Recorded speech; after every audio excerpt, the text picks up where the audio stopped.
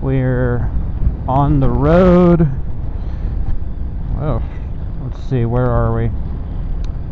I think Sam's covering it up. Nope. 153, headed away from Beaver towards Kingston to eventually reach Torrey. We stayed in Ely, Nevada last night. Actually pronounced Ely, Nevada. And it was insanely windy on the road yesterday. Ely was super windy. Looked at the weather for Moab, which was our actual destination today, and it said the whole basin, the whole southwestern portion of the state, well, southern portion of the state, excuse me, of Utah, is under a wind advisory. 35 mile an hour sustained winds and up to 50 mile an hour gust.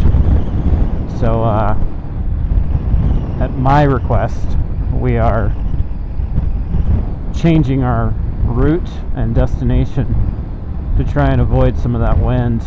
It didn't help much this morning, but we're hoping this 40-50 mile stretch through the mountains here will help prevent us hitting some of it. And last night was pretty interesting. Met this guy, and he's on a GS 800 heading home from Seattle to Phoenix. He's a really nice guy. A lot of good things to say. He was a super awesome dude. I think the biggest thing I picked up from Bryant, if I can even say it like that, is that well, riding a motorcycle is just fucking hard. It's not a cage. It's not a car. It's challenging. You know, he's on a GS 800, and I guess the assumption is, as we're passing these guys and their big touring bikes and their GSs and their Harleys, that obviously it's easier for them than it is for us. And I think the reality is that's just not true. You know, it's about your ride skills as well as the bike. But, you know, we were doing 75, 80, 85 miles an hour yesterday all day through this just horrible wind. And we probably should have been going a lot slower. When we talked to him, he said, man, he didn't go past 65 miles an hour. He was just struggling in the wind with the really top-heavy GS. So, riding a motorcycle just ain't easy. It's a lot of fun, but it's a lot of work, physically and mentally fatiguing at times. Rounding towards the end of this trip, we're on day 12. We got 13 left, and then 14 we're home. I'm looking forward to being home, admittedly. I think there's a lot that I could say about the trip in general, and lessons learned, and things I've taken from it, and I'm just not even going to go there. I mean, who fucking cares? So just get home. We'll worry about it maybe tomorrow. Right now, I'm just focused on getting to Torrey, dreaming of Durango. That's day 13. Also supposed to be windy, supposed to be cold. Supposed to be heading out of there Thursday morning in the rain. More fucking rain. But Bryant had the Wolfman dry duffels, just like I do, or dry saddlebags, excuse me, just like I do. And he said his 2011 GS 800, he had those bags on there when he was doing the Transamerica, and he actually crashed in Arkansas, hit a patch of soft sand unexpectedly. Bike went down a ravine. He cracked 2 ribs. Was out in the middle of nowhere. Had to get himself home. But he said those duffels took the brunt of the fall. Crash ends up breaking him and totaling his bike, and those duffels are the same ones he's using today. So I have nothing but good things to say about the Wolfman luggage. It's incredible. It was way better priced than anything else out there on the market. You know, we only had one detour in this trip where we didn't make it, and that was that day we got roadblocked. It was like day 2. Today is the first day we've altered from the route, and it's been worth it. It's just This is fucking incredible. Don't honk at him, dude. You honk at him, he's gonna come flying out in the road. He's like, that guy's scalp looks tasty.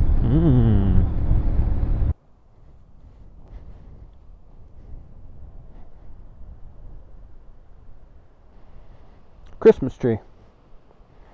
So here we were, thinking that we were going down this fucking gorgeous road, and we saw this fucking gorgeous lake out of nowhere, and we also saw this ominous sign to ruin our day. Unimproved road, next 20 miles. May be impassable during wet weather. Not recommended for trailers. And then this sign says pavement ends. Man, that's incredible.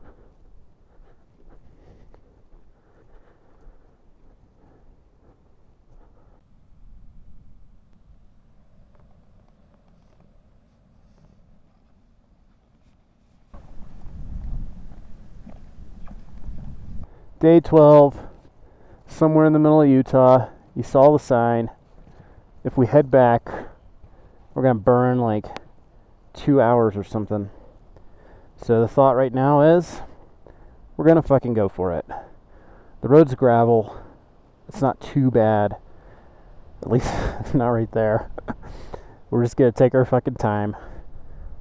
I have a lot more weight on the scrambler, but I do have Metzler Torrances, which are 9010s, and obviously it's, you know, a scrambler, although that doesn't mean shit. Adam's on the fucking monster, so it's gonna suck. But take it slow, take it easy, and 20 miles at 10 miles an hour will still be fucking quicker than turning back. Oh yeah, you don't seem to be struggling at all. As long as it doesn't turn into a fucking Baron von Nightmare, I think we'll be okay. He wasn't too far away from home, though. I suppose he didn't really do it either. He you know. Should have taken a bike off-road a couple of times before this trip. Get a little bit of off-road experience. Wow. Just came around the bend. Look at this.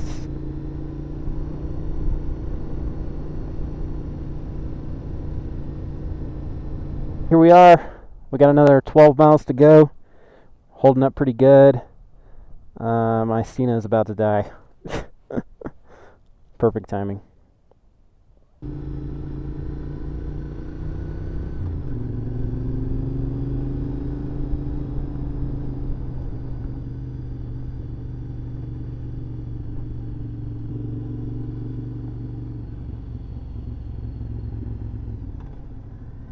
Look at that.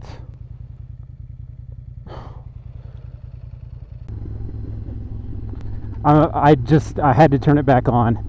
I have to get this on video. Like, if I'm done with my memory card and done with battery for the day, like, so be it.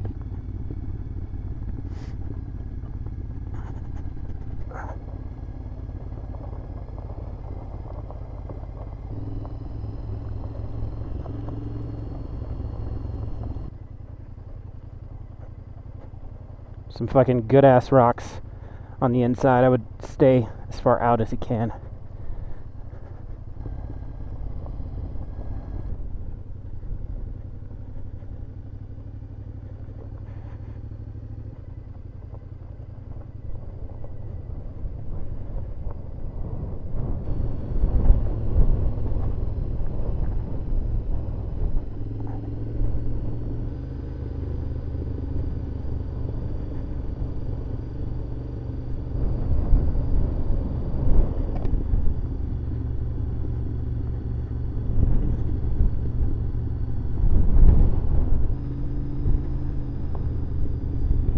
There.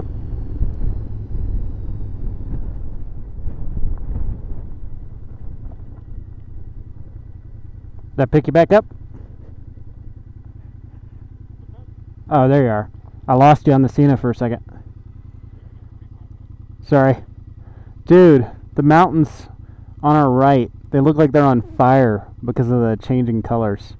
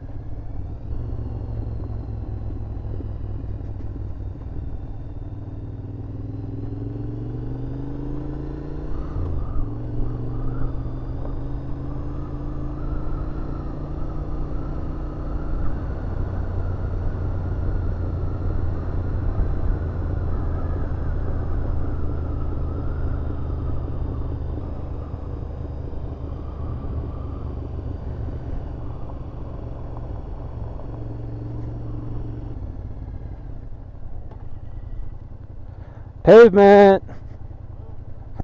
Oh yeah! Oh, ballin', dude. Absolutely ballin'.